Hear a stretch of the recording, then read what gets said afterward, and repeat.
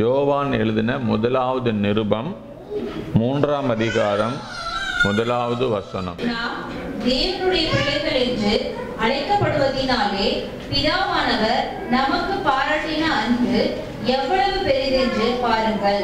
உலகம் அவரை அறியாதபடியினாலே நம்மையும் அறியவில்லை. நாம் தேவனுடைய பிள்ளைகள் என்று அழைக்கப்படுவதினாலே, நம்மளெல்லாம் எப்படி அழைக்கிறாங்களா? சத்தமா சொல்லுங்க. யார் பிள்ளைங்க? கடவுளுடைய பிள்ளைகள். நாம பக்த கோடிகள் இல்லை, திரும்ப சொல்றேன். நம்ம யாரு? கடவுளுடைய பிள்ளைகள்.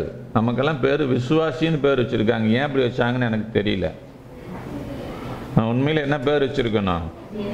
தேவ பிள்ளை அப்படின்னு சொல்லி தான் அழைக்கணும். நம்ம எல்லாம் தேவனுடைய பிள்ளைகள் என்று அழைக்கப்படுவதனாலே தேவன் நமக்கு பாராட்டின அப்படின்னா அன்பு. இதுல உலகத்திலேயே மிகப்பெரிய மிராக்கிள், மிகப்பெரிய அதிசயம், மிகப்பெரிய அன்பு என்ன அப்படின்னா, ஒன்றுக்காகாத ஒரு குப்பைய, ஒரு பாவிய கடவுளுடைய பிள்ளையா மாத்தி இருக்கிறது. ஸ்தோத்திரம், அல்லேலூயா.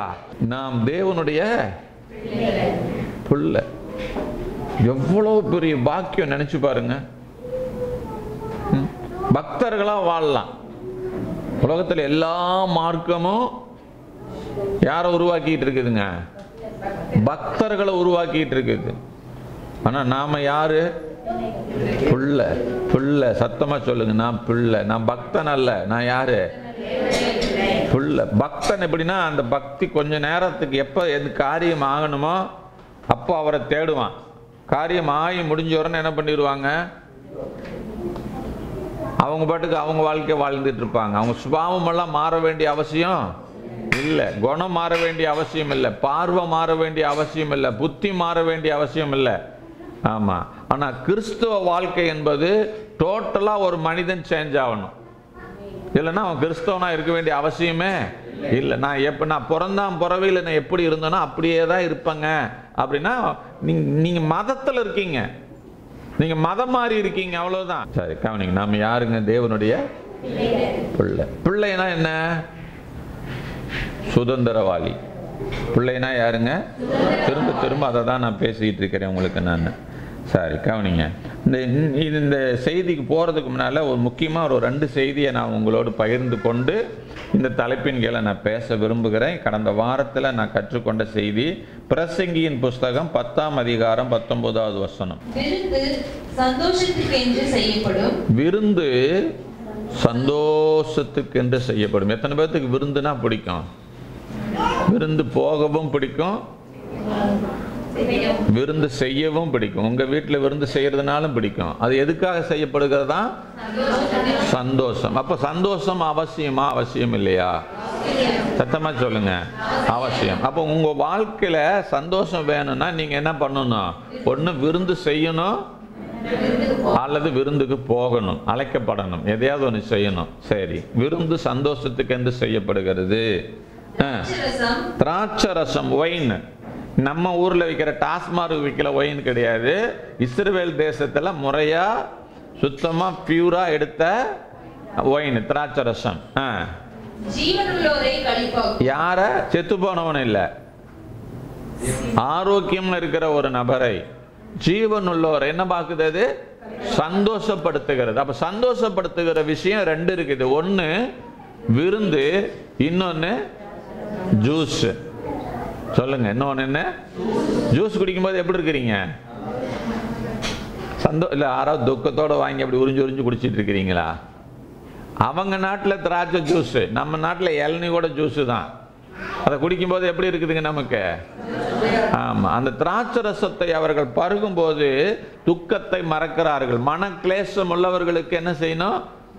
திராட்சை ரசத்தை கொடுங்க, அவங்க துக்கத்தை மறப்பார்கள் என்று சொல்லி எழுதியிருக்கிறது. ஆகவே இது 2மே விலையேறப்பட்டது. விருந்து செஞ்சாலும் செலவாகும், திராட்சை ரசத்தை குடிச்சாலும் செலவாகும். இது ரொம்ப ரொம்ப முக்கியம். ஆனா மனுஷனுக்கு சந்தோஷம் ரொம்பவும் முக்கியம். ஒரு எழுதுகிறவர் சொல்லுகிறார். என்ன சொல்றார் மறுபடியும் பாருங்க. ஒரு ஞானி சொல்லுகிற காரியம் இது. ஞானத்தினுடைய வெளிப்பாடு. வசந்த அடுத்த படிங்க அந்த வசனம். இங்க கொண்டு வேற ஒன்று நினைக்கிறாரு. முதல்ல விருந்து சொல்றாரு, சந்தோஷம் சொல்லுகிறார், திராட்சை ரசம் சொல்லுகிறார், களிப்பை சொல்லுகிறார். அது ரெண்டையும் சொல்லிட்டு இப்ப கொண்டு வந்து என்ன திணிக்கிறாருங்க?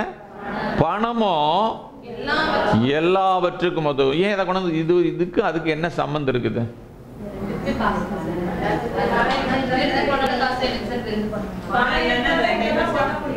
பணம் இருந்தா தான் எல்லாமே பண்ண முடியும். மேல ரெண்டையும் இருக்குதுன்னா கீழே இருக்கிறது பணம் வேணும் அப்படிங்கிறதுக்காக சொல்றாரா? இல்லை. இது மேல் இருக்கிற ரெண்டையும் மனிதன் தவிர்க்க முடியாதவனாய் வாழ்ந்து கொண்டிருக்கிறான். அதனால பணத்தை இழந்துடுறாங்கிறாரு. எல்லாவற்றுக்கும் உதவக்கூடிய பணத்தை, இந்த சந்தோஷத்தை தேடி என்ன பண்ணுகிறான் மனிதன்? இழந்துட்டு அப்புறம் என்ன பண்றது? பணத்துக்காக நாய்படாது பாடுபடுறது. இதான் அங்க சொல்றார். எல்லாவற்றுக்கும் உதவும் பணத்தை உன் வாழ்க்கையில எல்லா காலங்களிலும் பயன்படும் பாரி உன் கையில வச்சிரு. இன்னும் விளங்கலையா? கையில வச்சிருந்தா அப்ப நீ திருடிட்டு போயிடறான் சார்னா அக்கௌண்ட்லயாவது போட்டு வச்சிரு, பேங்க்லயாவது. நீ நான் விருந்து கொண்டாடுறேன், புடவை எடுக்கிறேன், நகை பண்றேன், நான் மினுக்கிறேன், ஜொலிக்கிறேன் அப்படின்னு கையில் இருக்கிற பணத்தை பூரா என்ன பண்றதுங்க? ஆமா, சில ஆளுங்க இந்த கல்யாணம் பண்ணும்போது போடுவானுங்க பாருங்க, விருந்து 14 ஐட்டம் போட்டாங்க, 20 ஐட்டம் போட்டாங்க. அது நாய் கூட வெளி நாய் தான் தின்னுட்டு இருக்கு. அத்தனையும் மனசன் தின்னுட்டு இருக்க மாட்டான். தொட்டு தொட்டு பார்த்துட்டு கொண்டு என்ன செஞ்சிருவான்? பணத்தை வீணாக்குகிறார்கள். ஆனா வேதம் சொல்லுது பணமோ உன் சந்தோஷத்தை கொடுக்கக்கூடியது விருந்து தான், இல்லைன்னு சொல்லல. திராட்சை ரசத்தை உனக்கு களிப்பு உண்டாக்கக்கூடியது தான். ஆனால் இப்படிப்பட்ட காரியங்களினால பணத்தை இழந்து விடாதே. பணம் இல்லை என்றால் இந்த பூமியில் நீ வாழ முடியாது. பணம் உனக்கு எல்லாவற்றுக்கும் உதவி செய்யக்கூடியது. ஆகவே மேற்கொண்ட காரியத்துக்காக வீணா பணத்தை செலவழிச்சு ஓட்டாண்டி ஆகி நிக்காத அப்படின்னு வசனம் சொல்லுது. ஆமென், அல்லேலூயா. சார் அப்ப பணத்தை பத்தி பேசுறேன். ஆமா, பணத்தை பத்தி தான் பேசுறேன். பணம் எல்லாவற்றுக்கும் உதவும், பணம் தேவை. ஆனா என்ன மனநிலையில வாழக்கூடாது தெரியுமா? பணம் இருந்தாதான் வாழ முடியும் அப்படிங்கிற மனநிலைக்கு போகக்கூடாது. என்ன சார் இப்படியும் சொல்றீங்க அப்படியும் சொல்றீங்க? பணம் எல்லாத்துக்கும் உதவும். பணத்தை நீ சேர்த்து வை, வீணா செலவழிக்காத. ஆனா பணம் இல்லைன்னா, பணம் இல்லாம என்னால என்ன பண்ண முடியாது? வாழ முடியாதுங்கிற கான்செப்ட் பல இடத்துல வேலை செய்யுது. பொண்ணு மாப்பிள்ளை பார்க்க போறீங்க, அப்ப என்ன தேடுறீங்க? எத்தனை பவுனு போட போறாங்க, பொட்டியில எவ்வளவு பணம் வைக்க போறாங்க. ஏன்னா அதை வச்சுதான் அவர் என்ன பண்ண போறாருங்க? வாழ போறாரு. இல்ல பணம் இல்லாமையும் நீ என்ன பண்ண முடியும்? வாழ முடியும் என்பதை தயவு, இந்த பணத்தை வச்சுதான் வாழ்க்கையை வாழ முடியும் நினைச்சீங்கன்னா அதுக்கு பேரு பண ஆசை. இல்ல கர்த்தர் என் கூட இருக்கிறாரு, எப்படிப்பட்ட சூழ்நிலையிலும் என்னால் என்ன பண்ண முடியும்? வாழ முடியும் நினைச்சீங்கன்னா நீங்க கர்த்தர் மேல் வைத்திருக்கிற நம்பிக்கை. ஆனா அதே நேரத்துல பணத்தை என்ன செஞ்சிடக்கூடாது? விரயமாக்கி விடக்கூடாது. உன்னுடைய சந்தோஷத்துக்காகவும் அற்ப ஆசைகளுக்காகவும். சில சொல்லுவாங்க, இதுக்கு உதவாத பணம் எதுக்கு உதவுதுன்னு யோசிக்கணும். போய் லிஜோ ஹோட்டல்ல உட்காந்துக்கிட்டு எலும்பு கடிச்சு தின்னுக்கிட்டு இருக்கா? அதுக்கா பணம்? அதுவும் வேணும். ஆனா அதனால பணம் என்ன ஆகக்கூடாது? அழியக்கூடாது. நாளைக்கு செலவுக்கு பணம் இல்லையே, அவசரத்துக்கு பணம் இல்லையே அப்படின்னு சொல்ற சூழ்நிலைக்கு நீ என்ன செய்யக்கூடாது? போகக்கூடாதுன்னு சொல்றதுதான் இந்த வசனத்தினுடைய தாற்பயம். புரிஞ்சுக்கிட்டா சரி. அடுத்தது இரண்டாவது ஒரு பார்ட், நீதிமொழிகள் 27ஆம் அதிகாரம் 17வது வசனம். இரும்பை இரும்பு கருக்கிடும், அப்படியே மனுஷனும் தன் சிநேகிதனுடைய முகத்தை கருக்கிடுகிறான். என்ன புரிஞ்சுக்கிட்டீங்க? இப்படிதான் பைபிள் நிறைய வார்த்தை புரியாத வார்த்தையா இருக்கிறதுனால நாமளும் ரொம்ப நாள் என்ன பண்ணி வச்சுக்கிறோம்? நாம இரும்பு இரும்பை கருப்பாக்கிறோம். நான் நினைச்சுக்கிட்டு இருந்தேன் இரும்பு இரும்பை என்ன பண்ணிடுறோம்? துரு பிடிச்சி வச்சிடும். நம்ம சொன்ன மாதிரி. ஆமா, எத்தனை பேர் கருக்கருவாள் பார்த்துருக்கிறீங்க? கருக்கருவாள் அப்படின்னா என்ன? கருக்கருவாள்னா என்ன? பல்லு பல்லா இருக்கிற அருவா, ஷார்ப்பா இருக்கிற அருவா. சாதாரண அருவாள் அறுக்க முடியாதது கூட கருக்கருவால நீங்க என்ன பண்ணிடலாம்? ஆமா, பட்டய கருக்கால் அவர்களை வீழ்த்தினார்கள், பட்டய கருக்கால் அவர்களை வெட்டினார்கள் சொல்லியிருக்கோம். அப்ப பட்டயத்துல கருக்கு இருக்குது, அருவாள்ல கருக்கு இருக்குது. இப்ப கருக்குன்னா என்ன? கூர்மை. இரும்பை என்ன பண்ணும்? கூர்மை ஆகுது. இப்படி சொல்றதுக்கு இப்படி எழுதி வச்சிருக்கிறாரு பாரியா. ஒரு இரும்பு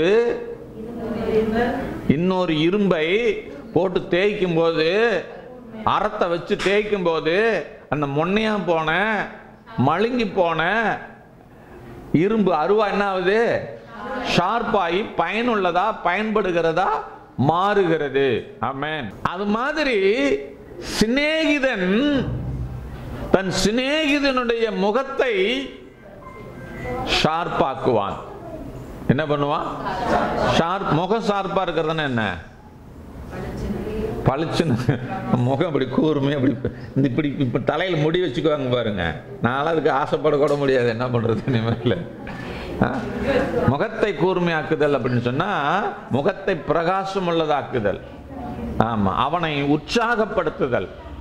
ஒரு மனிதன் எதற்காக படைக்கப்பட்டிருக்கிறான் என்று சொன்னால், சக மனிதனை, சோர்ந்து போன ஒரு மனிதனை, விழுந்து போன ஒரு மனிதனை தூக்கி நிறுத்தி உற்சாகப்படுத்தி அவனை வாழ வைப்பதற்காக கர்த்தர் உங்களையும் என்னையும் தெரிந்தெடுத்திருக்கிறார். இன்னொரு மனுஷனை ஷார்ப்பாக்கணும். ஷார்ப்பாக்குனா அவன் என்ன பண்ணுவான்? முன்னையா இருக்கிற ஒரு அருவாளை ஷார்ப்பாக்கிட்டீங்கன்னா அது என்ன ஆகும்? பயன்படும். அப்ப அதே போல உலகத்துல சோர்ந்து போய் துவண்டு போய் உட்கார்ந்து இருக்கிற ஒவ்வொரு நபரையும் நீங்க என்ன பண்ணணும்? பயன்படுகிறவனாய் மாற்ற வேண்டும். ஷார்ப்பாக்கணும். அவன் முகத்தை ஷார்ப்பாக்கணும். அவன் தான் உண்மையான சிநேகிதன். சிநேகிதனுடைய முகத்தை அவன் என்ன செய்கிறான்? ஷார்ப்பாக்குறான். இன்னைக்கெல்லாம் சிநேகிதன் வேற மாதிரி. ஆமா, எனக்கு ஒரு நண்பர் இருந்தார். அந்த நண்பருடைய அவருக்கு எனக்கு ஒரே பிள்ளைங்கிற மாதிரி அவருக்கும் ஒரே பிள்ளை. ஆமா, +2 ஆமா, +1 படிச்சுட்டு இருக்கும்போது கொஞ்சம் நாளைக்கு முன்னால. ஆமா, ஒரு பையன் என்ன பண்றான்? இந்த பெஞ்சில் உட்காந்துக்கிட்டு இப்படிதான் கேர்ள்ஸ் இந்த பக்கம் வந்திருப்பாங்க, பாய்ஸ் இப்படி மாற்றி மாற்றி உட்காந்துருப்பாங்கல்ல. இந்த வீணா போன தருதல் என்ன பண்ணிருக்குது? இந்த பிள்ளையவே பார்த்துக்கிட்டு பாடம் நடத்துறதெல்லாம் பார்க்கல. பள்ளிக்கூடத்துக்கு அவங்க அப்பா அம்மா என்ன நினைப்போடு அனுப்புனாங்களோ தெரியல. இந்த தருதலை உட்காந்துட்டு அவளையவே என்ன பண்ணிட்டே இருந்திருக்கிறான்? பார்த்துக்கிட்டே இருக்கிறான். இன்டர்வல் பீரியட்ல வெளியே போனாலும் அவளையே பார்க்கறது, பிடி பீரியடுக்கு போனாலும் அவளையே பார்க்கறது, எப்போ பார்த்தாலும் அவளையே பார்த்துக்கிட்டே இருக்கிறது. இப்போ சக தோழிகள்லாம் இருக்காங்க பார்த்தீங்களா, அவங்களாம் ஷார்ப்பாக்குறாங்க. இப்படி ஷார்ப்பாக்க வேண்டியவங்க முன்னையாக்கிட்டாங்க அவளை. ஏய், உன்னையே பார்க்குறான் பாருடி, உன்னையே பார்க்குறான் பாருடி, உன்னையே பார்க்குறான் பாருடின்னு என்ன பண்ண வச்சுட்டாங்க இவளையும். இப்போ என்ன ஆகி போச்சு? அவனும் நோக்கினால் அண்ணலும் நோக்கினால் ஆகி போய் சூழ்நிலை மாறி போச்சு. இப்போ தாய் தோப்பனுக்கு ரொம்ப நாள் இது தெரியல. திடீர்னு அழுகுறாங்க. ஐயோ இந்த மாதிரி ஆகி போச்சுங்கய்யா, என்ன பண்ணுறதுன்னு பதட்டம், கை காலெல்லாம் நடுங்குது. ஒரே பிள்ளை, பையன் யாருன்னு பார்த்தா பொறுக்கி 1ஆம் நம்பரு. சரி, அப்படியே நல்லவனா இருந்தாலும் அந்த விஷயத்தில் கல்யாணமா பண்ணி வைக்க முடியும்? ரொம்ப தடுமாறுறாங்க. என்ன பண்றதுன்னு தெரியல. முகமெல்லாம் வாடி போய் கிடக்குது. அவருக்கு ஆலோசனை சொன்னீங்க, இப்படி எல்லாம் நீங்க டீல் பண்ணுங்க அப்படின்னு ஒரு 1/4 மணி நேரம் அவருக்கு ஆலோசனை சொல்லி கொடுத்தேன். அதே மாதிரி கணவன் மனைவி சேர்ந்து டீல் பண்ணாங்க. பக்காவா அந்த பிள்ளை என்ன பண்ணிட்டாங்க? அதுல இருந்து வெளியில கொண்டு வந்துட்டாங்க. இன்னைக்கு இருக்கிற பிள்ளைங்கெல்லாம் மொன்னையாக்குதுங்க. சிநேகிதனை சிநேகிதிகளையும் சிநேகிதனையும் ஷார்ப்பாக்க வேண்டி வாழ்க்கையில முன்னேற்றி போய் வேலைக்கு போய் சம்பாரி உயர்ந்த நிலைக்கு போ அப்படின்னு சொல்றதை விட்டுவிட்டு அவன் பார்க்கறான் பாரு, உன்னையே பார்க்கறான் பாரு. இந்த பிள்ளைங்க சொல்லியிருக்கிறாங்க, ஏய் செத்து போயிடுவான்டி அவன், நீ மட்டும் வேண்டான்னு சொல்லிட்டா என்ன ஆயிடுவான்? சாவிட்டும் ஒரு பாரம் குறைட்டு தேசத்துக்கு. இதெல்லாம் இருந்து என்ன பண்ண போகுது? பெத்தவங்க வயிற்ற கட்டி வாயை கட்டி சம்பாரிச்சு எப்படியாவது பையன் படிக்கட்டும் அப்படின்னு அனுப்பிச்சுட்டா போர்டை பார்க்க வேண்டியது உட்காந்துக்கிட்டு இருக்கிற ஆளு என்ன பார்த்துட்டு இருக்குதுங்க? பிள்ளைய பார்த்துட்டு உட்காந்துட்டு இருக்கிறான். அவனெல்லாம் விஷத்தையே ஊற்றி சாவடிச்சிடணும். என்ன நோக்கத்தோடு இந்த பூமிக்கு நம்ம வந்திருக்கிறோம்? லவ் பண்றக்கா? கல்யாணம் பண்ணிக்கிட்டு லவ் பண்ணுங்க, கல்யாணம் பண்ணிக்கிட்டு உத போடுறது, தூக்கி போட்டு மிதிக்கிறது, பந்தாடுறது, அப்பெல்லாம் இந்த லவ் எங்க போச்சுன்னு தெரியல. ஸ்தோத்திரம்.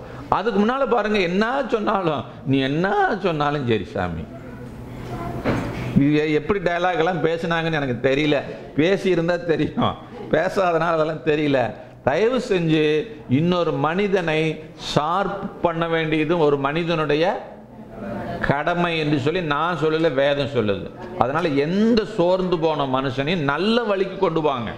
கெட்ட வழிக்கு தயவு செஞ்சு என்ன செய்யாதீங்க. வாலிப பிள்ளைகளை உங்களுக்கு சொல்றேன், கெட்ட வழியில போயிட்டு இருக்கிறவங்களை திருத்த வேண்டிய பொறுப்பு நம்மகிட்ட இருக்குது. ஆமென், அல்லேலூயா. ஆகவே நாமளும் அந்த தவறை என்ன செய்யக்கூடாது, திரும்ப செய்யக்கூடாது. கர்த்தர் நல்லவர். நாம் தேவனுடைய பிள்ளைகளாய் இருக்கிறோம். தேவன் நம்மை பிள்ளை என்று சொல்லி அழைப்பதினால் நமக்கு பாராட்டின அன்பு எவ்வளோ பெருசு. இந்த உலகத்திலேயே பெரிய அன்பு எது தெரியுமா? நான் தேவனுடைய பிள்ளை, நான் தேவனுடைய பிள்ளை. நான் தேவனுடைய பிள்ளை என்று சொன்னால் என் மேல் ஆண்டவர் பாராட்டி இருக்கிற அன்பு அளவு கடந்த அன்பு, மிகப்பெரிய அன்பு. ஆமென், அல்லேலூயா. இந்த உலகத்தில் ஒரு குப்பையில ஒரு குஷ்டரோகியா கிடக்கிறவனை பார்த்து இன்னையிலிருந்து நீ என் பிள்ளை அப்படின்னு யாராவது தத்தெடுப்பாங்களா? சொல்லுங்க. ஒரு விபச்சாரத்தில் கிடக்கிற ஒரு சகோதரியை பார்த்து, அம்மா இந்த பாவத்தில் நீ கிடக்கிற, அதனால உன்னை நீ மனம் திரும்ப பண்றதுக்கு ஒரே ஒரு வழி, நான் இன்னையிலிருந்து உன்னை என்ன பண்றேன், நான் தத்தெடுத்துக்கிறேன்னு யாராவது தத்தெடுப்பாங்களா? ஏழ்மையின் அடித்தளத்தில் ஒருத்தன் கிடக்கிறான், ஒரு பணக்காரன் போறான், உன்னுடைய ஏழ்மை நிலையை நான் மாற்ற விரும்புகிறேன், அதனால நீ ஏழ்மை நிலையிலிருந்து உன்னை நான் இப்ப என்ன செய்ய போறேன், தத்தெடுத்துக்க போறேன். ரொம்ப அலங்கோலமா முகமெல்லாம் இருக்குது, பல்லு தூக்கிட்டு நிக்குது, உன்னை நான் அழகா மாத்தறதுக்காக உன்னை நான் தத்தெடுத்துக்கிறேன்னு யாராவது சொல்லுவாங்களா? சொல்ல மாட்டாங்க. தத்தெடுக்க போறவங்க கூட அந்த குழந்தை இந்த பக்கம் திருப்பி அந்த பக்கம் திருப்பி முடிய பார்த்து, கண்ணை பார்த்து, காதை பார்த்து, காது நல்லா கேக்குதா, கண்ணு நல்லா பாக்குதா, இதெல்லாம் தெரிஞ்சுதான் என்ன பண்றாங்க, தத்தெடுக்கிறாங்க. ஆனா ஆண்டவர் நாம் பாவிகளா இருக்கையில, பரதேசியா இருக்கையில, குப்பையில கிடக்கும் போது, அழுக்குல கிடக்கும் போது, பாவ சேற்றுல, உளையான சேற்றுல வாழ்ந்துகிட்டு இருக்கும் போது, என்னுடைய பிள்ளையாய் நான் உன்னை தத்தெடுக்கிறேன் என்று சொல்லி சுவிகார புத்திர ஆவியை நமக்கு கொடுத்து, நம்மை அப்பா பிதா என்று கூப்பிட பண்ணுகிற புத்திர சுவிகாரத்தின் ஆவியை நமக்கு கொடுத்து நம்மை பிள்ளையாய் மாற்றி இருக்கிறார். அவர் எவ்வளவு நல்லவர், அவர் எவ்வளவு நல்லவர், அவர் எவ்வளவு நல்லவர். ஆமென், அல்லேலூயா. இந்த காதலுக்கு நேரத்திலே சொல்லணும்னு நினைச்சேன், மறந்துட்டேன். இந்த காதலிக்கிறவங்ககிட்ட போய் நீ லவ் பண்ணாத அப்படின்னு சொன்னா பாருங்க, இவங்க லவ் பண்ணி கஷ்டப்படுறாங்க, இவங்க லவ் பண்ணி கஷ்டப்படுறாங்க அப்படின்னு உதாரணம் காமிச்சா அவங்க 4 பேர்த்து ரெடியா வச்சிருக்கிறாங்க. பாருங்க, அவங்க லவ் பண்ணாங்க நல்லா இருக்கிறாங்க, அவங்க லவ் பண்ணாங்க நல்லா தான் இருக்கிறாங்க அப்படின்னு சொல்லி என்ன பண்ணுவாங்க? ஆமா, கரெக்டா சொல்லுவாங்க. நான் அதுக்கு ஒரு வேதத்திலிருந்து ஒரு உதாரணம் காட்ட விரும்புறேன். ஏசா எத்தனை பேத்துக்கு தெரியும்? ஏசா யாக்கோபுடைய சகோதரன். எங்க போய் கல்யாணம் பண்ணாருங்க? கானானிய பெண்ணை கல்யாணம் பண்ணாரு. அது இஸ்ரவேலுக்கு எப்படி இருக்குதுங்க? மன உளைச்சலா இருந்துச்சு, மன வேதனையா இருந்துச்சு. தேவன் அதை என்ன பண்ணவே இல்லை, அங்கீகரிக்கவே இல்லை. வேதமும் அதை என்ன பண்ணல, அங்கீகரிக்கவே இல்லை. ஏன் ஆபிரகாம் கேத்தூரால கல்யாணம் பண்ணுனா அதுல சந்ததி வரவே இல்லை, அங்கீகரிக்கவே இல்லை. ஆமா, சாரால் ரொம்ப கம்பல் பண்ணி ஆகார கல்யாணம் பண்ணி வச்சாங்க, வேற ஜாதி பெண்ணு, எகிப்திய பெண்ணு. அதையும் தேவன் என்ன செய்யல, அங்கீகரிக்கவே இல்லை. அங்கீகரிச்சாருங்களா? சொல்லுங்க, இல்ல. இப்போ யோசேப்பு எகிப்து தேசத்துக்கு விற்கப்படுகிறான். எகிப்து தேசத்துக்கு விற்கப்பட்டதனால அங்க பல பாடுகள் எல்லாம் அனுபவிச்சு பிரச்சனையெல்லாம் சந்திச்சு கடைசியில் ராஜாவுக்கு போய் முன்னால நின்று தேவ ஆவியை பெற்று இவனை போல விசேஷமானவன் இந்த பூமியில் ஒருவரும் இல்லை அப்படிங்கிற ஒரு உணர்வை ராஜா பெற்ற உடனே ஒரு பெரிய பொறுப்பை ராஜா கொடுக்கிறாரு. கொடுத்த உடனே என்ன பண்றாரு? எகிப்து தேசத்தில் இருக்கிற பிள்ளைய என்ன பண்றாருங்க? கல்யாணம் பண்ணி வைக்கிறாரு. அங்க அவனுக்கு பிறந்த 2 பிள்ளை இஸ்ரவேல் கோத்திரத்துல பேர் எடுத்து வருது. விளங்குச்சா விளங்கலையா? கர்த்தர் அதை என்ன பண்ணிருக்கிறாரு? அங்கீகரிச்சிருக்கிறாரு. இது என்ன பண்ணல? அங்கீகரிக்கல. அப்போ கடவுள் நடத்துகிற விதம் ஒவ்வொரு ஆளுக்கும் எப்படி இருக்குது? வேற வேற மாதிரி இருக்குது. ஆகவே தேவன் நடத்துதல தான் நீ புரிஞ்சுக்கணுமே ஒழிய நீ சுத்தி முத்தி பார்த்து அவன் நல்லா இருக்கிறான் இவன் கெட்டு போயிட்டு ரெண்டையுமே பார்க்காத. தேவன் உன்னை எப்படி நடத்துகிறார், தேவன் நடத்தல் உன்னுடைய வாழ்க்கையில எப்படி இருக்குது, நீங்க உடனே சொல்லுங்க ஆமாங்க கர்த்தர் என்ன லவ் பண்ண சொன்னாருங்க அப்படின்னு சொன்னீங்கன்னா நாசமா போயிருவீங்க. அவ்வளவுதான், வேற வழியே இல்லை. ஸ்தோத்திரம், அல்லேலூயா. அது மாம்சத்தினுடைய ஏவுதல். ஆமா, லவ் பண்ணும்போது முடியெல்லாம் வழுக்கிய போய் ஒரு கொம்பு முளைச்சவனை பார்த்து லவ் பண்ணலாம்ல? அப்படி ஒரு ஆள் இல்லைங்கிறீங்களா? இருந்தா லவ் பண்ணுவோம். பல்லெல்லாம் கொட்டி போன கிளவி பார்த்து லவ் பண்ணலாம்ல? லவ் எங்கிருந்து வருதுங்க? அழகுல இருந்து வருது. அப்ப அது என்னது? இச்சை. அது அன்பு கிடையாது. தயவு செஞ்சு புரிஞ்சுங்க, அது இச்சை. லவ் பண்ற ஆள் வந்து ரொம்ப ஒரு பிச்சை எடுத்துட்டு இருக்கிறான், அழகானவன் தான், லவ் பண்ணுங்களே பார்க்கலாம். பண்ணிடுவாங்கிறீங்களா? எனக்கு என்னமா தெரியுது? பிச்சை எடுத்தா நினைஞ்சோறு தின்னுட்டு இருக்கிறான். இச்சை. தயவு செஞ்சு புரிஞ்சுங்க, கல்யாணத்துக்கு முன்னால் லவ்னா அது யாரு பண்ணினாலும் அது என்னது? இச்சை. அதனால் அந்த இச்சை ரொம்ப மிகுந்து போறதுனாலதான் தாய் சொன்னாலும் கேட்கறதில்ல, தகப்பன் சொன்னாலும் கேட்கறதில்ல, கர்த்தரே சொன்னாலும் கேட்கறது கிடையாது. அதுக்கு உடனே பேர் என்ன தெரியுமா? அது அன்பு சகலத்தையும். அப்படியே அந்த கல்யாணம் ஆன உடனே தாக்குதுன்னு தெரியல. அன்னைக்கு தாங்கிட்டு இருந்த அன்பு கல்யாணம் ஆகி முடிச்ச உடனே என்ன பண்ணுது? அது 2 குட்டி போட்ட உடனே பார்த்தீங்கன்னா எல்லாமே மாறி போச்சு. இல்லைங்க. ஸ்தோத்திரம், அல்லேலூயா. தயவு செஞ்சு புரிச்சுங்க, கர்த்தர் உங்க வாழ்க்கையில என்ன வச்சிருக்கிறாரோ அதை தவிர தாண்டி தயவு செஞ்சு ஒரு ஸ்டெப்பு கூட என்ன செய்யாதீங்க, வைக்காதீங்க. அது மாம்சம் மாம்சம் மாம்சம். மாம்ச சிந்தை மரணம், ஆவின் சிந்தையோ ஜீவனும் சமாதானம். நாம் யார்? தேவனுடைய பிள்ளைகள். ஆமென். ஆகவே நம்ம யார் சொல்றத பார்க்கணும்? நம்முடைய அப்பா நமக்கு பாராட்டின அன்பு பெரியது. அந்த அன்பை நினைக்கும் போது நம்ம டைவர்ட் ஆகவே முடியாது. எப்போ இன்னைக்கு உலகத்துல பெத்த தகப்பனுடைய தாயினுடைய அன்பையும் சரியா புரிஞ்சுக்காதவங்க தான் என்ன ஆகுறாங்க? டைவர்ட் ஆகுறாங்க. உண்மையில் சத்தியமா அதுதான் காரணம். லவ் பண்றதுக்கு காரணம் வேற எந்த காரணமும் கிடையாது. யாரை புரிஞ்சுக்கல? சின்ன குழந்தையிலிருந்து தன்னை தூக்கி வளர்த்தி ஒரு ஈ கடிக்காம கொசு கடிக்காம ஒரு காய்ச்சல் வந்துருச்சுன்னா ஓடுவாங்க, பதறுவாங்க, சோறு திங்க மாட்டாங்க. வயிற்ற வலிக்குதுன்னு குழந்தை அழுதுச்சுன்னு சொல்லுங்க, இவங்க சோறு திங்க மாட்டாங்க. நல்ல சோறு திங்காம படாத பாடுபட்டு நல்ல துணி உடுத்தாம என்ன கஷ்டப்பட்டு வளர்த்திருக்காங்க. அந்த தகப்பனுடைய தாயினுடைய உணர்வையும் மதிக்காத ஜென்மங்கள் செய்யறது தான் பேர் என்னங்க? காதல். அது ஒரு மோதல். அதுக்கு பதிலாக சாதல் பெட்ரு. ஏன் சார் இங்க பேசிட்டு இருக்கிறீங்க அப்படின்னா, கல்யாணம் ஆனதும் லவ் பண்ணுதுங்க, ரட்சிக்கப்பட்டதும் லவ் பண்ணுது, ரட்சிக்கப்படாததும் லவ் பண்ணுது. யாருக்கு எதை பேசுறதுன்னே இப்ப தெரியுமா? நீங்க அந்த மாதிரி நிலைமை. உலகம் அவ்வளவு மோசமா போய்கிட்டு இருக்குது. ஸ்தோத்திரம். அதனால நீங்க லவ் பண்ணாம இருந்திருந்தாலும் சரி, நாங்களாம் கல்யாணம் ஆயிட்டுங்க, எங்களுக்கெல்லாம் இது இல்லைனாலும் நாளைக்கு லவ் வரும் உங்களுக்கு. அதனால ஜாக்கிரதையா இருங்க. கர்த்தர் உங்க கூட இருந்து உங்களை பாதுகாப்பாராக. ஹல்லேலூயா. ஆமா, நல்லா கவனிங்க. நீதிமொழிகள் புஸ்தகம் 20ஆம் அதிகாரம் 11வது வசனம். நாம யாரு? நாம யாரு? பிள்ளை. சொல்லுங்க, சத்தமா சொல்லுங்க. நான் தேவனுடைய பிள்ளை. நான் தேவனுடைய பிள்ளை. கொஞ்சம் சத்தமா சொல்லுங்க. நான் தேவனுடைய பிள்ளை.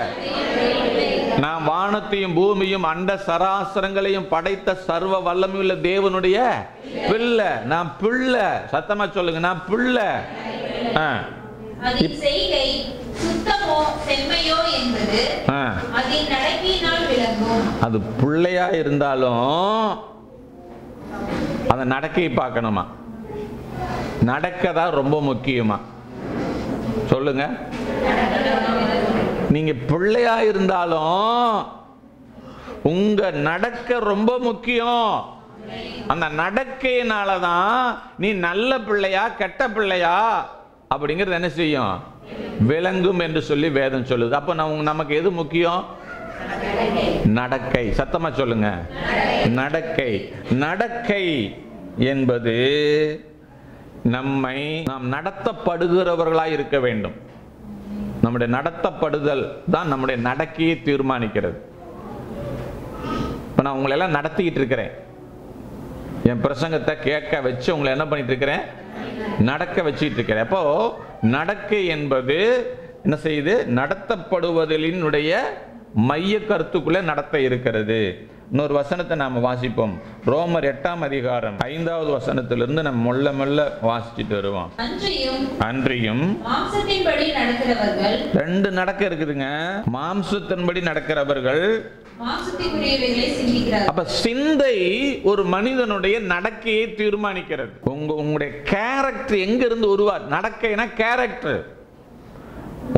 உங்களுடைய வாழ்க்கை முறை, வாழும் முறை, இவைகள் எல்லாம் எங்கிருந்து உருவாகிறது?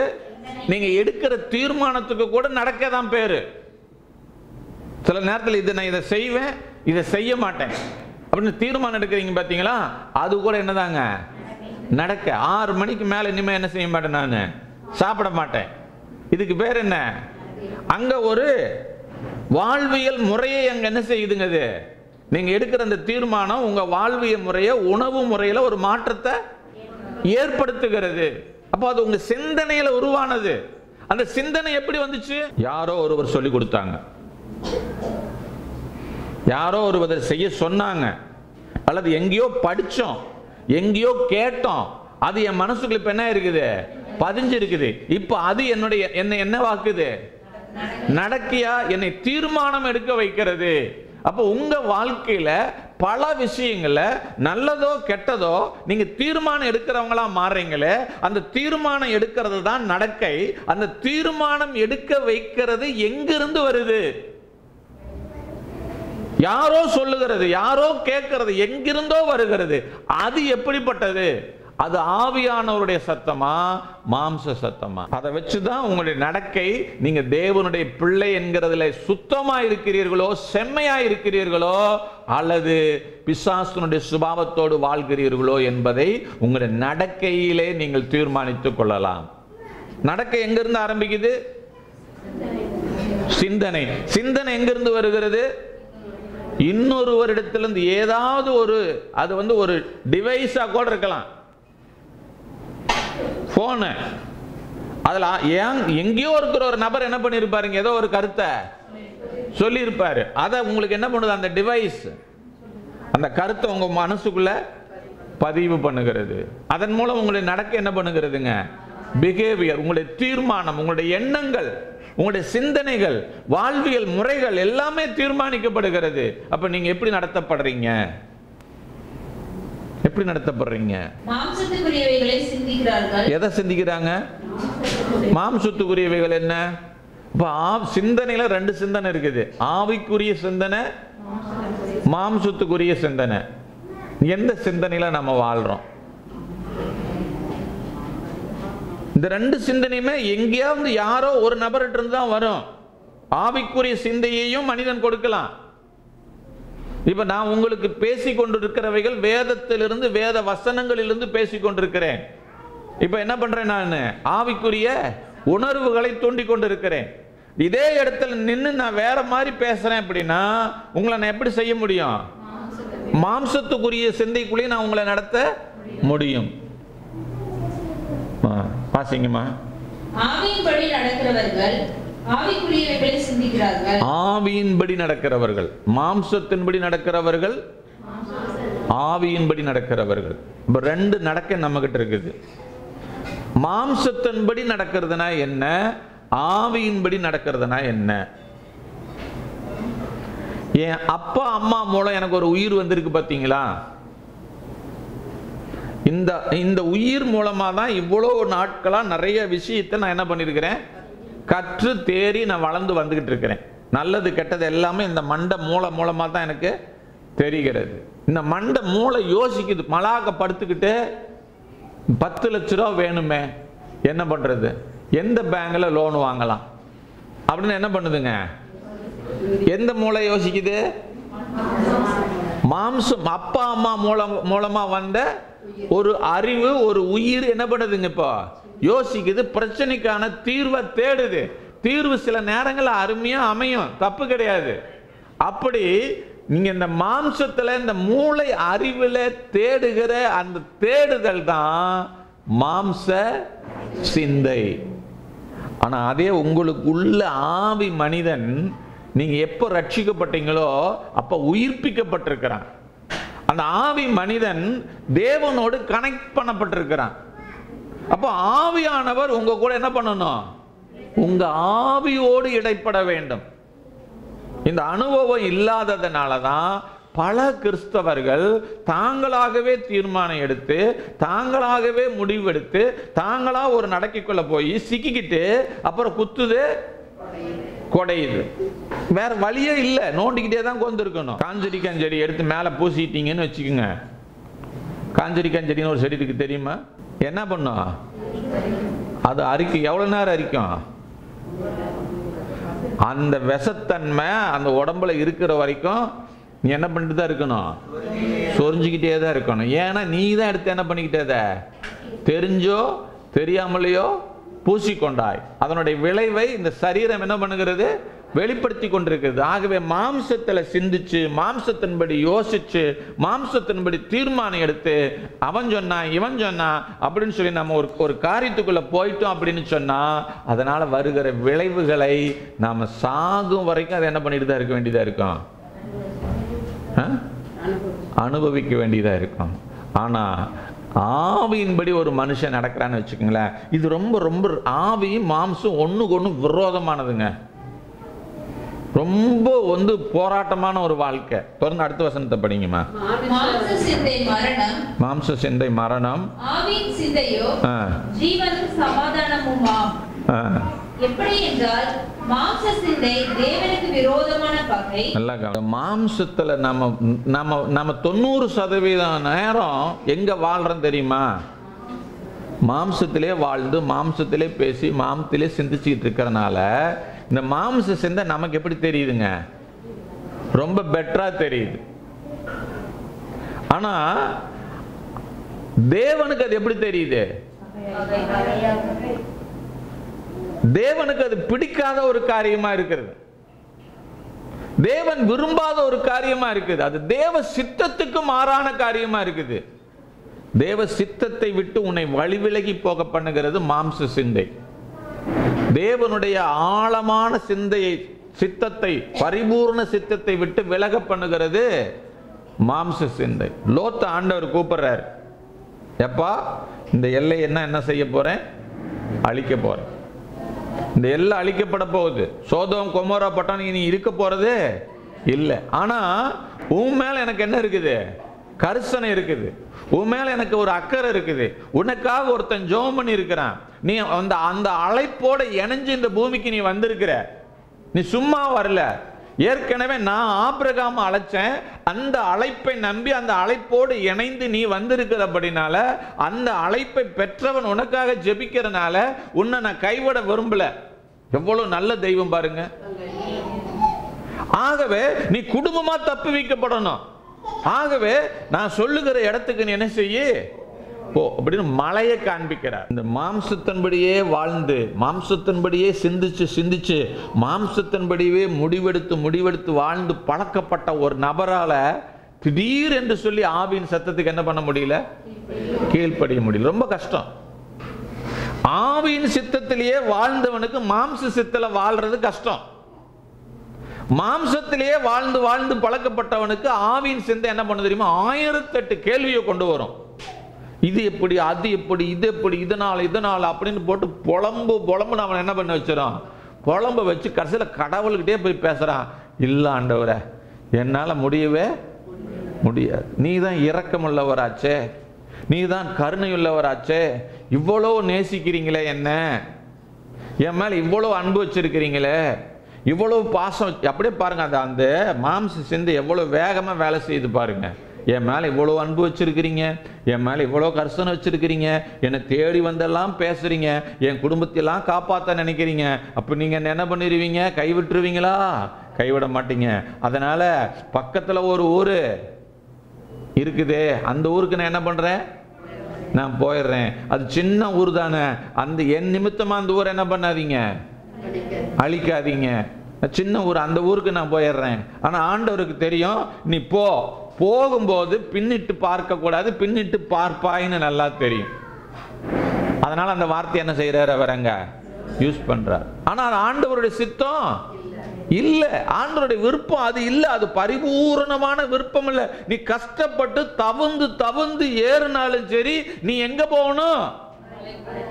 ஐயா, மலை மேல ஏறும்போது கை கால்லாம் என்ன ஆகும்? செராய்ப்பு வரும், சில விலங்குகள் அங்க வரும், சில பூச்சி தொல்லைகள்லாம் இருக்கும். எப்படி இருக்குன்னு எனக்கு தெரியல. ஆனா அது அவனுக்கு அது எப்படி தெரியுது? ஒரு கடினமான பாதையா தெரியுது. ஆனா ஆண்டவர் சொல்றாரு, நான் உன்னோட கூட இருக்கிறேன், உன்னுடைய ஜீவன் எனக்கு அருமையானதுங்கிறாரு. ஆகவே நீ தப்பி போய் பிழைப்பாய், நீ மலைக்கு போ. என்னால முடியாது, என்னால முடியாது, என்னால இப்ப சில ஆளுங்க பாருங்க, எப்ப பார்த்தாலும் என்னால முடியலீங்க, என்னால முடியலீங்க, இந்த முடியலீங்க முடியலீங்க முடியலீங்கன்னு பேசிட்டு இருக்கிறத என்னதாங்க? ஜெபம் பண்ணியா? ஜெபம் பண்ணவே முடியலீங்க. பைபிள் படிச்சியா? பைபிள் படிக்கவே முடியலீங்க. ஆராதிச்சியா? ஆராதிக்கவே முடியலீங்க. செல்போன் பார்த்தியா? அது பார்த்தேன். படுத்துக்கிட்டு கூட பார்ப்பங்க, நாங்கள் மல்லாக்கப்படுத்திட்டு கூட பார்ப்பங்க, குப்பரப்படுத்திட்டு கூட பார்ப்பங்க, சைடில் உட்கார் இப்படி எடுத்துட்டு கூட பார்ப்பேன். எல்லாம் எப்படிப்படுத்தாலும் எந்த ஆங்கிள் வேணாலும் 360 டிகிரிக்கு இந்த பாடி என்ன பண்ணும்? வளையும், திரும்பும். அது ஒல்லியா இருந்தாலும் திரும்பும், குண்டா இருந்தாலும் திரும்புது. ஆனா ஜெபம் பண்றதுக்கு மட்டும் வளையுமானுங்க. உட்காருனா அப்பதான் 1008 வேலை நமக்கு வருது. அப்பதான் போன் வரும், அப்பதான் சொந்தக்காரங்க வருவாங்க. சோத்திரம். இது வரைக்கும் வராத நண்பர்களா நீ ஜெபம் பண்ணலாம்னு நினைக்கும் போது தான் வருவாங்க. ஆமா, இதெல்லாம் யார் பண்ற வேலை தெரியுமா அப்படின்னு சொந்தக்காரங்கிட்ட சொல்லிடாதீங்க. தீர்மானம் எடுங்க. கடினம் தான், ரொம்ப கடினம். ஆவியின்படி வாழ தீர்மானம் எடுக்கிறது ரொம்ப ரொம்ப ரொம்ப அந்த மாம்சம் ஒத்துழைக்கவே ஒத்துழைக்காது. போராடும் போராடும், ஃபைட் பண்ணும், ஜபம் கூட பண்ணும். ஆமா, ஆண்டவர்கிட்ட போய் மன்றாடும். இல்ல ஆண்டவர், என்னால முடியவே முடியாது. கவனிங்க, அப்படி ஜெபம் பண்றாரு. ஆண்டவர் வேற வழியே இல்லாம இப்ப எங்க அனுப்புறாரு? அனுமதிக்கப்பட்ட சித்தத்துக்குள்ள அனுப்புறாரு. ஃபர்ஸ்ட் எங்க சித்தம்? பரிபூர்ண சித்தத்துக்குள்ள அனுப்புறாரு. பரிபூர்ண சித்தத்துக்குள்ள போறதுக்கு எப்படி இருக்குதுங்க? மாம்சம் தடை பண்றதுனால கடினமா இருக்குது. இந்த மாம்சத்தை மட்டும் தூக்கி நெருப்புல எரிச்சிருந்தான்னு வச்சுக்கோங்க, சந்தோஷமா கை தட்டி என்ன பண்ணிருப்பாரு? குதூகலம் கொண்டாட்டமேன்னு பாட்டு பாடிட்டு போயிருப்பாரு. ஆனா அங்க மாம்சம் வேலை செஞ்சதுனால மலைக்கு ஏறது எப்படி தெரியுது? ரொம்ப கடினமா தெரியுது, ரொம்ப போராட்டமா இருக்குது. போராடுறாரு போராடுறாரு, கடைசியில் ஜெபம் பண்ணலான்னு முடிவுக்கு வந்துட்டாரு. ஜெபம் பண்ணலாம் முடிவுக்கு வந்து என்ன பண்றாரு? இப்போ ஜெபம் பண்ணிட்டாரு. ஜெபத்துக்கு என்ன வந்துருச்சு? பதில் வந்துருச்சு. பதில் வந்ததுனால இவருக்கு என்ன ஆகி போச்சு? திருப்தி. சில நேரங்கள் நமக்கு ஜெபத்துக்கு பதில் வந்தாலும் அது பரிபூர்ணமான சித்தமாய் இருக்காது. தயவு செஞ்சு புரிஞ்சுக்குங்க. நம்ம ஜெபிக்கிற ஜெபத்துக்கெல்லாம் பதில் வந்தால் அந்த ஜெபமெல்லாம் பரிபூர்ண சித்தம் அல்ல. சில ஜெபங்கள் அனுமதிக்கப்பட்ட சித்தம். பீலேயாமகிட்ட ஆண்டவர் பீலேயாமகிட்ட அவன் வந்து பாலாக்க வந்து அனுப்புறான். போய் என் ஜனத்தை என்ன பண்ணணும்? என் ஜனத்தை காப்பாத்துறதுக்கு, இஸ்ரவேல் ஜனங்களை சபிக்கிறதுக்கு நீ வரணும்னு சொல்லி அனுப்பும் போது அவன் போய் ஜெபம் பண்றான். ஆண்டவரே, ராஜா வந்திருக்கிறாரு, காசு பணத்தோட வந்திருக்கிறாரு, பட்டம் பதவியோட வந்திருக்கிறாரு, இப்ப நான் போலாமா வேண்டாமா? போக வேண்டாம் என்பது தேவனுடைய பரிபூரணமான சித்தம். அவ்வளவுதான், முடிஞ்சு போச்சு. ரெண்டாவது வந்தா என்ன, மூணாவது ஆள் வந்தா என்ன, நாலாவது ஆள் வந்தா என்ன, 100 தடவை ஆள் வந்தா என்ன? தேவ பரிபூர்ண சித்தத்தை ஒரு மனிதன் உணர்ந்தவன் என்ன சொல்லிட்டே இருக்கணும்? வேண்டாம். கர்த்தர் சொன்னது சொன்னதே, கர்த்தர் சொன்னது சொன்னதே அப்படின்னு இருக்கணும். இப்ப ரெண்டாவது முறை போய் ஜெபம் பண்றாரு. ரெண்டாவது முறை ஜெபத்துக்கு என்ன வருதுங்க? பதில் வருது. என்ன பதில் வருது? போ. இப்ப இது சரியா சொல்லுங்க. பதில் வந்துச்சுங்கிறதுக்காக பீலேயாம் எடுத்த முடிவு சரியா? ஜெபத்துக்கு பதில் வந்திருக்குங்க. ரெண்டாவது முறை நான் போட்டுமான்னு கேட்கிறான். போன்னு கர்த்தர் சொல்லி இருக்கிறாரு. அப்ப அது சரியா? ஏன்? ஏற்கனவே தேவன் என்ன செஞ்சிருக்கிறாருங்க? பேசி இருக்கிறார். அதுல அவனுக்கு என்ன கிடையாது? அந்த பரிபூர்ண சித்தத்தில் வாழ்றதுக்கு நாட்டம் இல்லை. எது தடை பண்ணுது இப்போ? எந்த மாம்சம்? ராஜா காட்டுகிற பதவி, ராஜா காட்டுகிற பணம் அவங்களை தடை செய்யுது. அது மேல கவனம் இழுக்குது. ஆகவே பார்க்கிறார், இருதயத்தை பார்க்கிறாரு. நீ என்ன பண்ணினாலும் எங்க நிக்க மாட்ட? தேவ சித்தத்துல, பரிபூர்ண சித்தத்துல நிக்க மாட்டேன். அதனால வேற வழி இல்லை, நான் ஓகே பண்றேன்னு என்ன பண்றாருங்க? ஓகே பண்றாரு. சில நேரங்கள்ல நமக்கு ஜெபத்துக்கு கேட்கப்படுகிறது என்பதனால் அது பரிபூர்ண சித்தம் என்று நாம் முடிவு செய்த கூடாது. அப்ப மனம் புதிதாகிறதுனால தான் தேவனுடைய நன்மை, தேவனுடைய பிரியம் இன்னதென்று நீங்கள் என்ன செய்ய முடியும்? உணர முடியும். மாம்சத்தில் வாழ்கிறவர்களுக்கு அது ரொம்ப கடினமாக இருக்கும். ஆனால் கடினமான பாதையில தான் தேவன் அமிர்தமான வாழ்க்கையை வைத்திருக்கிறார். ஹல்லேலூயா.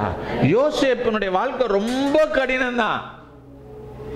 தவுந்து தான் ஏறுறான். அவமானப்பட்டு தான் ஏறுறான். சிறைப்பட்டு தான் வாழ்றான். அதுதான் பரிபூர்ண சித்தம். ஆனா வாழ்க்கை என்ன பண்ணப்பட்டுச்சுங்க? சொல்லுங்க. உயர்த்தப்பட்டது. ஹல்லேலூயா. வசனத்துக்கு வாங்க தொடர்ந்து. மாம்ச சிந்தை.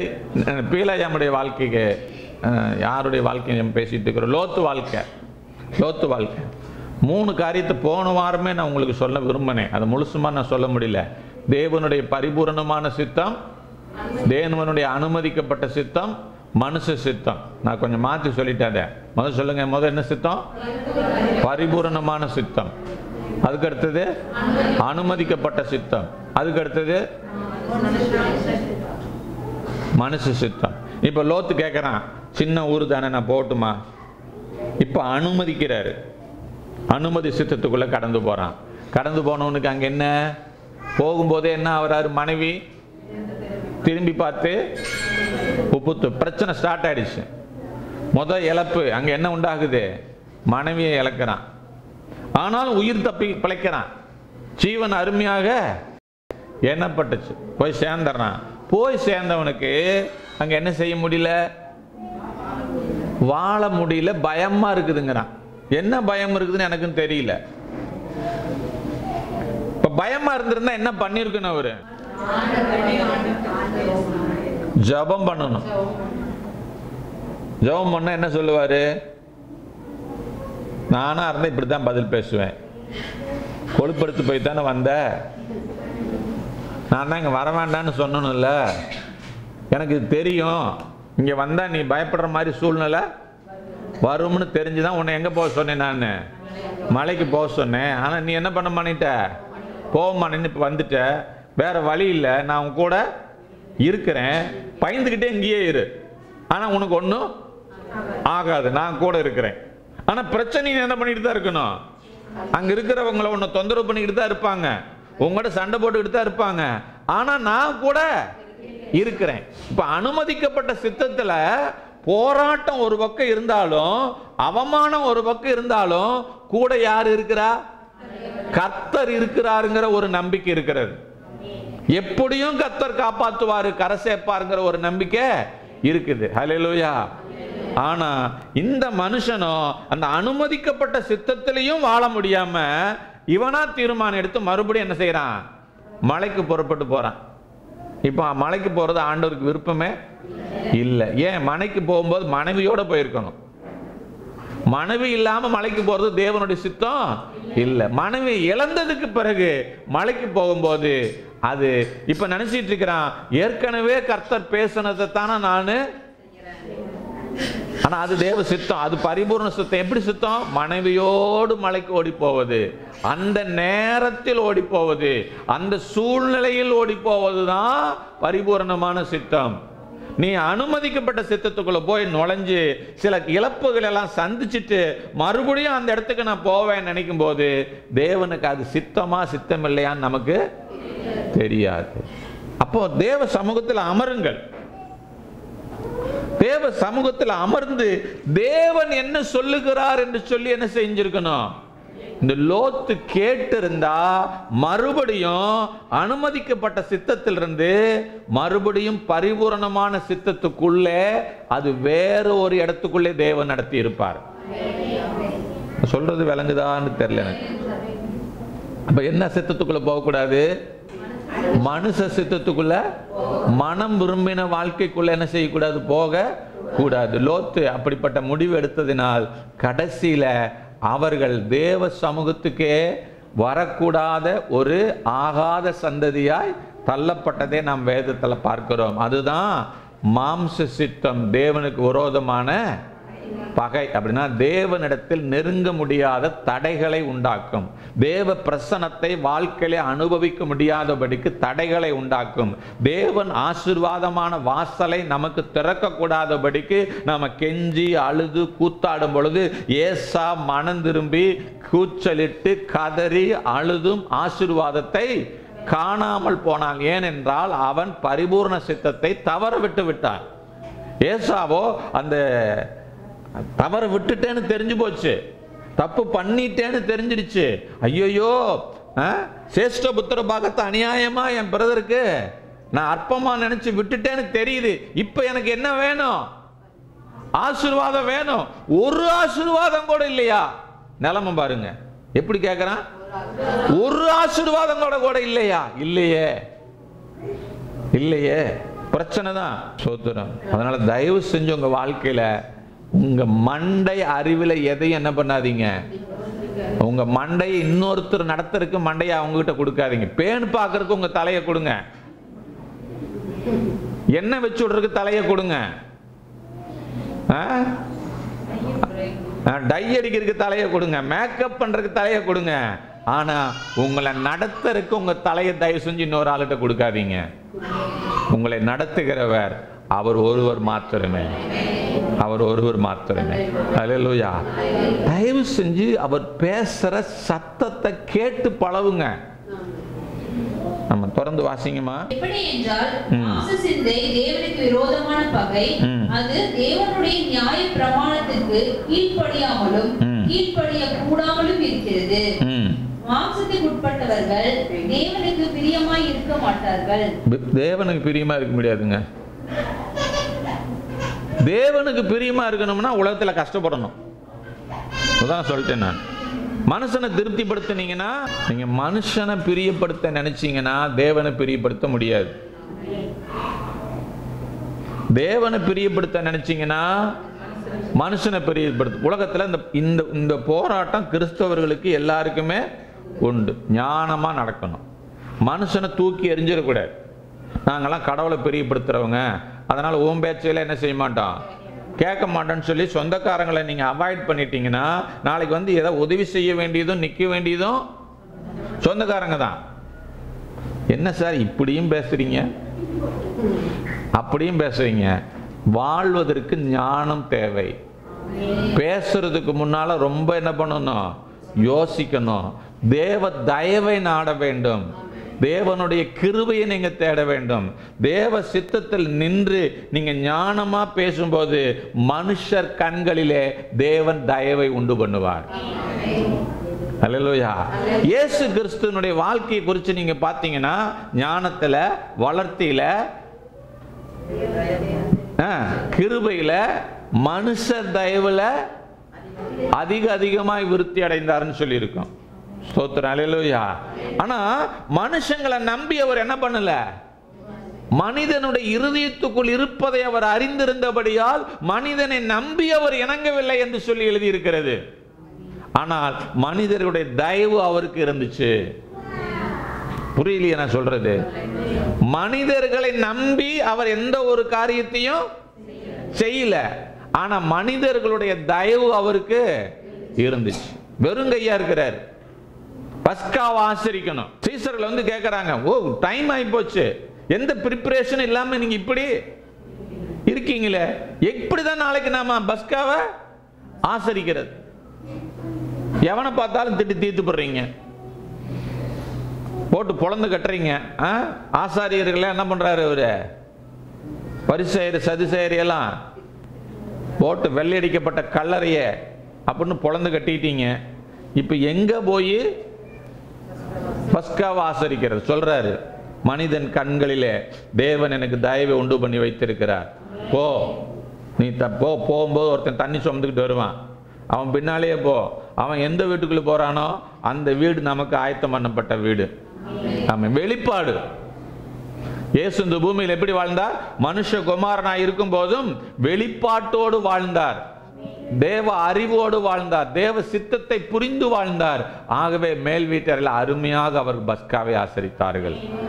ஆமென், அல்லேலூயா. கர்த்தர் நல்லவர். ஆமென் சொல்லுங்க. அப்ப ஆகவே தயவு செய்து உங்களுடைய வாழ்க்கையில் என்ன வேணும்? தேவனோடு இருக்கிற ஒரு தொடர்பு வேணும், தேவனோடு இருக்கிற ஒரு ஐக்கியம் வேணும். எந்த சூழ்நிலை வந்தாலும் உடனே முழங்கா போடுங்க, முட்டி போடுங்க. அவனை இவனையும் போய் கேட்காதீங்க. ஏழு மாவடிக்கெல்லாம் போன் அடிக்காதீங்க தயவு செஞ்சு. ஏழு மாவடிக்கு அவரே தேவ சித்தத்தில் வாழ்றாரான்னு எனக்கு தெரியல. யாரும் உங்களை தேவ சித்தத்தில் என்ன செய்ய முடியாதுங்க. உங்களுக்கு என்ன என்பதை நீங்கள் தான் கண்டுபிடிக்க வேண்டும். இன்னொருத்தர் சொல்லுவாங்க, நீங்க சொல்லுங்க சார், நான் என் அறிவில் இருக்கிற என் அனுபவத்தில் இருக்கிறத என்ன பண்ணுவேன் சொல்லுவேன். அது தேவ சித்தம் இல்லாமையும் இருக்கலாம், அது மாம்சத்துக்குரிய அறிவா கூட இருக்கலாம். உங்களுக்கும் தேவனுக்கும் தனிப்பட்ட ஒரு உறவு, தேவனுக்கும் உங்களுக்கும் தனிப்பட்ட ஒரு ஐக்கியம். தேவ சமூகத்தில் போய் கையை விரிச்சிருங்க. ஆண்டவரே, என்ன செய்வது என்று எனக்கு தெரியவில்லை, பலமுள்ளவனாயிலும் பலன் இல்லாதவனாயிலும் உதவி செய்வது உமக்கு லேசான காரியம். எனக்கு ஒத்தாசை வரும் பர்வதங்களுக்கு நேராக என் கண்களை நான் ஏறெடுக்கிறேன். வானத்தையும் பூமியும் உண்டாக்கின கர்த்தரிடத்திலிருந்து எனக்கு ஒத்தாசை வரும். அவர் என்னோடு பேசுவார். அவர் ஆலோசனையில் ஆச்சரியமானவர், அவர் செயல்களிலே மகத்துவமானவர். நான் செய்ய வேண்டியது இன்னதென்று அறியாதிருக்கும் போது அவரே எனக்கு போதிக்கிறவர், கண்ணை வைத்து ஆலோசனை சொல்லுகிறவர். தயவு செஞ்சு ஒவ்வொரு விசுவாசியும் ஜெபிங்க, ஜெபிங்க, தேவ சமூகத்தில் விழுந்து கிடங்க. நம்ம ஆளுங்க என்ன பண்றது தெரியுமா? 2 நாளுக்கு ஜெபம் பண்றது, 2 நாள்ல பதில் வராது, அவ்வளவுதான், ஜெபத்தை அதோட நிப்பாட்டிடுறது. உங்களை போய் கலெக்டர் பார்க்க சொல்றேன், கல்லுப்பழத்திலிருந்து வர்ற அம்மா, நாளைக்கு போய் கலெக்டரை பார்த்து நேரா உமா, அந்த அம்மா பேரு பார்த்து பேசுங்க, என் பேரை சொல்லுங்க அந்த அம்மா கிட்ட, உங்க பிரச்சனை தீர்ந்து போயிடும், உங்க பையனுக்கு நல்ல ஒரு வேலை கிடைக்கும்னு நான் சொல்றேன். நீங்க இது இப்படியே 100% நம்புறீங்க. அந்த அம்மாவை பார்க்க போனா உடனே ஒரே நாளில் பார்த்துருவீங்களா? இப்ப நான் சொன்னேன்னு நம்பி போறீங்க, 100% நம்புறீங்க. அந்த அம்மாவை பார்க்க முடியுமா? போறீங்க, திங்கக்கிழமை போறீங்க, சொல்லுவாங்க அவங்க, அம்மா மனு வாங்கிட்டு இருக்கிறாங்க, இப்போ உங்களை என்ன செய்ய முடியாது, தனியா பார்க்க முடியாது, வேணா நீ வரிசையில் நின்று மனுவை கொடுத்துட்டு போம்பாங்க. உங்களுக்கு என்ன நினைச்சிட்டு இருப்பீங்க? இல்லை இல்லை, அந்த அம்மா கிட்ட நான் என்ன பண்ணணும், தனியா பேசணும். இன்னைக்கெல்லாம் ஒத்து வராதுமா, போக மாட்டுருவாங்க. சரி, நாளைக்கு செவ்வாய்க்கிழமை போறீங்க, செவ்வாய்க்கிழமை என்ன சொல்லுவாங்க, எல்லா பிடிஓக்களுக்கும் தாசில்தாருக்கெல்லாம் மீட்டிங் நடந்துட்டு இருக்குது. இப்போ அம்மா மீட்டிங்கில் இருக்காங்க, இப்போ உங்களை என்ன பண்ண முடியாது, உங்களெல்லாம் சந்திச்சு பேச முடியாதுமா, போமா வேலையை பார்த்துட்டும்பாங்க. இப்படி ஒரு 5-6 தடவை உங்களை சொன்னோன்னா உங்களுக்கு என்ன ஆகி போயிடும், மனசு சோர்வு ஆகி போயிடும். இந்த பொம்பளை வந்து பார்க்குற நேரத்துக்கு நாமளே நம்ம வேலையை பார்த்துக்கல, இந்த ஆள் பேச்ச கேட்டுக்கிட்டு இவன் பேரை சொன்னேன், இந்த அம்மா பேசுமாம்மா, இந்த 4 நாள் பொழப்பு தான் கட்டுச்சு அப்படின்னு நம்ம என்ன ஆகி போயிடுவோம், சோர்ந்து போயிடும். நல்லா கவனிக்கணும், இப்போ நான் சொல்கிற விஷயத்தை நல்லா புரிஞ்சுக்கணும். ஒரு மாவட்ட ஆட்சித்தலைவரையே நாம் நினச்ச நேரத்தில் உடனடியாக சந்தித்து என்ன செய்ய முடியல, பதில் வாங்குற அளவுக்கு நமக்கு என்ன இல்லை சொல்லுங்க, அனுபவம் இல்லை. நான் இன்னும் சுருக்கமாக சொல்ல போனால் என்ன கிடையாதுங்க, அனுபவம் இல்லை. சில ஆளுகளுக்கு அனுபவம் இருக்குது. என்ன பண்ணுவோம் தெரியுமா, மைய பகுதிக்கு வந்துடுவான், சீமெண்ணை கேன் எடுத்துட்டு போயிடுவான், அல்லது பெட்ரோல் கேன் எடுத்துட்டு போயிடுவான். இப்ப கலெக்டர் அம்மா என்ன பார்க்கலன்னா நான் ஊத்திக்கிட்டு கொளுத்திக்குவேன்மா, அந்த அம்மா அடிச்சு பிடிச்சி ஓடியாயிரும். புரியுதா புரியலீங்களா? இப்போ டெக்னிக்கலாக யூஸ் பண்ண உடனே அனுபவம் அவனுக்கு என்ன பண்ணிடுச்சுங்க, அந்த அம்மாவை பக்கத்தில் கொண்டு வந்து நிறுத்திடுச்சு. இதெல்லாம் உலக பிரகாரமாக நடக்கிற காரியங்கள். இதை விட விலையேற பெற்றவர் என்னோட அன்பு நேசர். அல்லேலூயா. நீங்கள் சீமனையெல்லாம் ஊற்றிக்க வேண்டாம். ஆனால் நம்ம தினம் என்ன செய்கிறாங்க, நான் கலெக்டரை பார்க்கணும், ஜேக்கப் ஐயா சொன்னார், நான் கலெக்டரை பார்க்கணும், ஜேக்கப் ஐயா சொன்னார் கலெக்டரை பார்க்கணுன்னு ஒரு மாதம் விடாமல் நீங்கள் நடக்கிறீங்க. என்னம்மா அவங்க அரசியல ஒரு மாதம் விடாமல் போகிறீங்க, டெய்லியும் போகிறீங்க. அந்த ஆஃபீஸில் இருக்கிற அத்தனை பேரும் உங்களுக்கு பழக்கமாயிருவாங்க. ஆகுவாங்களா ஆக மாட்டாங்களா? ஆயிடுவாங்க. கடைசியாக ஒருத்தன் வருவான், எம்மா வாமா, நான் எப்படியாவது உன்னை கொண்டு போய், இப்படி வந்து நீ தினமும் என்ன பண்ணிட்டு இருக்கிற, ரட்சை பண்ணிட்டே இருக்கிறிய, வாமா இன்னைக்கு எப்படியாவது உனக்கு நான் பார்க்கறதுக்கான வழியை உண்டாக்குறேன்னு சொல்லி அங்கே இருக்கிற ஒரு 1000 பேர்த்தில் ஒருத்தன் உங்களை கலெக்டரேட்டுக்கு முன்னால் கொண்டு போய், நிச்சயமா அது 1 மாதம் ஆகலாம், 2 மாதம் ஆகலாம், 3 மாதம் ஆகலாம். ஆனால் விடாமல் போனீங்கன்னா நிச்சயமாக கலெக்டர்கிட்ட உட்காந்து நீங்கள் என்ன பண்ண முடியும், பேசிட்டு வர முடியும். முடியுமா முடியாதா? அதுக்கு என்ன பண்ணணும், தொடர்ச்சியாக நேரத்தை செலவழித்து பொறுமையாக நீங்கள் என்ன பண்ணணும், போகணும். ஆனானப்பட்ட கலெக்டர் அம்மாக்கிட்டே நீங்கள் இப்படி போய் தான் நேரத்தை வாங்கணும் இப்படின்னா, சர்வ வல்லமையுள்ள தேவன் அவர், மகா பரிசுத்த தேவன். அல்லேலூயா. அந்த ஆண்டவர்கிட்ட நேரத்தையும் செலவழிக்கிறது கிடையாது, எதுவும் பண்ணுறதில்ல. போன உடனே என்ன பண்ணி, ஏன்னா எங்கள் அப்பாவான், போன உடனே பார்த்துருவாங்களாம், போன உடனே கேட்டோடனே வந்துடுவாங்களாம். எல்லாம் உண்மைதான், என்ன இல்லைன்னு சொல்ல, அவர் அப்பா தான். ஆனால் அவருக்குரிய கணம் என்று ஒன்று இருக்கிறது. நீங்கள் என்ன விதைக்கிறீங்கிறது ரொம்ப முக்கியம். எவ்வளவு நேரத்தை விதைக்கிறீங்கிறது முக்கியம். எப்படி நேரத்தை விதைக்கிறீங்கிறது ரொம்ப ரொம்ப முக்கியம். ஆகவே தேவ சமூகத்தை அதிகமாய் தயவு செஞ்சு என்ன பண்ணுங்க, தேடுங்க, விழுந்து கடங்க மணிக்கணக்கா தேவ சமூகத்தில். அது உங்களை உயர்த்தும், அது உங்களுக்கு ஆலோசனை தரும், உங்களை சரியான பாதையில் அது அந்த சமூகம் உங்களை என்ன பண்ணும், நடத்தும். நான் சொல்றது உங்களுக்கு புரியுதா? புரியுதா? ஹல்லேலூயா. தயவு செஞ்சு மாம்சத்துல மட்டும் என்ன பண்ணாதீங்க, முடிவு எடுக்காதீங்க. நேற்று 2 நாளைக்கு முன்னால் ஒரு வீட்டில் ஒரு சின்னதாக பிரசங்கம் பண்ண வேண்டிய ஒரு சூழ்நிலை வரும்போது ஆவியானவர் எனக்கு வெளிப்படுத்தின ஒரு சூழ்நிலை. ஆமாம், இவர் வந்து ஆபிரகாம் தான் ஈசாக்குக்கு பெண் பார்க்கும்படிக்கு எலியேசர் கையில் அனுப்பிச்சி விட்றாரு. எலியேசர் அந்த போய் அங்கே நின்றுக்கிட்டு அந்த கேந்திரட்டண்டையில் நின்றுட்டு ஒரு ஜெபம் பண்ணுறாரு. என்ன ஜெபம் பண்ணுறாரு? ஆண்டவரே, இப்போ நான் வந்து அங்கேருந்து வர்ற பெண்ணுக்கிட்ட என்ன பண்ண போகிறேன், தண்ணி கேட்டால் எனக்கும் தண்ணி குடிக்கணும், என் ஒட்டகத்துக்கும் தண்ணி மோண்டு ஒரு ஒட்டகம் 100 லிட்டருக்கு மேலே குடிக்கும். அவ்வளோ தண்ணி என்ன செய்யணும், மோந்து ஊற்றணும். அப்படி ஊற்றுனா அந்த பெண்ணு தான் கர்த்தர் எனக்கு என்னுடைய எஜமானுடைய மகனுக்கு நியமிச்சதா நான் என்ன பண்ணிக்குவேன், நான் தெரிஞ்சுக்குவேன்னு சொல்லிட்டு ஜெபம் பண்ணி முடிக்கும் போதே ஒரு பெண்ணு வர்றா. அந்த பெண்ணுட்டு அம்மா கொஞ்சம் தண்ணி கொடுமான்னு கேட்குறா. இவன் என்ன ஜெபம் பண்ணானோ அதே மாதிரி அந்த அம்மா என்ன செய்யறாங்க, நடந்துக்கிறாங்க. நடந்த உடனே இவர் ஆஹாஹா கர்த்தர் என் ஜெபத்தை கேட்டுட்டாருன்னு என்ன பண்ணல, குதிக்கல. என்ன பண்றாருங்க, இன்னும் மௌனமா இருந்து கர்த்தர் நடத்துகிற விதத்தை அறிந்து கொள்வதற்கு அவன் எப்படி இருக்கிறான், தன்னை இன்னும் ஆயத்தப்படுத்தி இருதயத்தை பக்குவப்படுத்தி கொண்டிருக்கிறான். கர்த்தர் அழகா வீட்டுக்கு கூட்டு போய் அந்த பொண்ணு கூடவே வரும்படி நடத்தி கொண்டு போறாரு. அல்லேலூயா. காத்திருக்கணும், அமைதியா காத்திருக்கணும். அவசரப்பட்டு 1008 கேள்வி கேட்கறது. பாஸ்டருக்கு என்னமே எல்லா கேள்விக்கும் பதில் தெரிஞ்ச மாதிரி இருக்குதுலே முட்டாளும் நான் தான். அதனால எங்கிட்டெல்லாம் கேள்வி கேட்டால் எனக்கு என்ன சொல்ல தெரியாது, பதில் சொல்ல தெரியாது. உங்களுக்கு தெரிஞ்ச அளவு கூட எனக்கு பைபிளே தெரியாது. ஸ்தோத்திரம். அல்லேலூயா. கேள்விக்கெல்லாம் பதில் அங்கே இருக்குது, அவரை கேளுங்க. ஸ்தோத்திரம். அல்லேலூயா. அவர் 2 நாளைக்கு கேள்வி கேட்டிங்கன்னா தெரிஞ்சு போயிடும். கேள்வி கேட்குற அளவுக்கு எனக்கு எந்த தகுதியும் இல்லை. அல்லேலூயா. அவர் ஆச்சரியமான வழியில் உங்களை நடத்துவார். அவர் ஆலோசனையில் ஆச்சரியமானவர், செயல்களிலே மகத்துவமானவர். அவர் உங்களோடு பேசுகிற தெய்வம். ஆமென். அல்லேலூயா. நீங்க பேச துடிக்கிறத காட்டிலும் அவர் அதிகமாக உங்களோட நேரத்தை செலவழிக்க விரும்புகிறார். நீங்க பேசுகிறத காட்டிலும் அவர் அதிகமாக உங்களோடு பேச விரும்புகிறார். அல்லேலூயா. ஆகவே தயவு செஞ்சு மாம்சத்தில் எந்த முடிவையும் வாழ்க்கையில் எந்த ஒரு காரியத்தில் கூட மாம்சத்தை முடிவெடுக்காதீங்க. தேவனுடைய பரிபூர்ண சித்தம் என்னது என்பதை அறிந்து கொள்ளும்படி உங்கள் மனம் என்ன ஆகணும்? புதிதாக்கப்படணும். நீங்கள் ஆவியிலே நடத்தப்படணும். பிள்ளையானாலும், அந்த வசனம் அதுதான் இன்னைக்கு நான் பேச வந்தது. பிள்ளையானாலும் அதனுடைய நடக்கை ரொம்ப ரொம்ப, நீங்க ஏசப்பா பிள்ளையா இருந்தாலும் உங்க நடக்க மாம்சத்தின்படி இருக்கக்கூடாது, ஆவியின்படி இருந்தால் நீங்கள் பிழைப்பீர்கள். அங்கு ஜீவனும் சமாதானமும் அங்கே இருக்கும். அந்த வசனம் அப்படித்தானே சொல்லுது. ஆவியின் சிந்தையோ ஜீவனும், சிந்தையே ஜீவனும் சமாதானமா இருக்கும்னா ஆவியின் வாழ்க்கை எப்படி இருக்குன்னு கொஞ்சம் யோசிச்சு பாருங்க. கண்களை மூடி ஜெபம் பண்ணலாமா?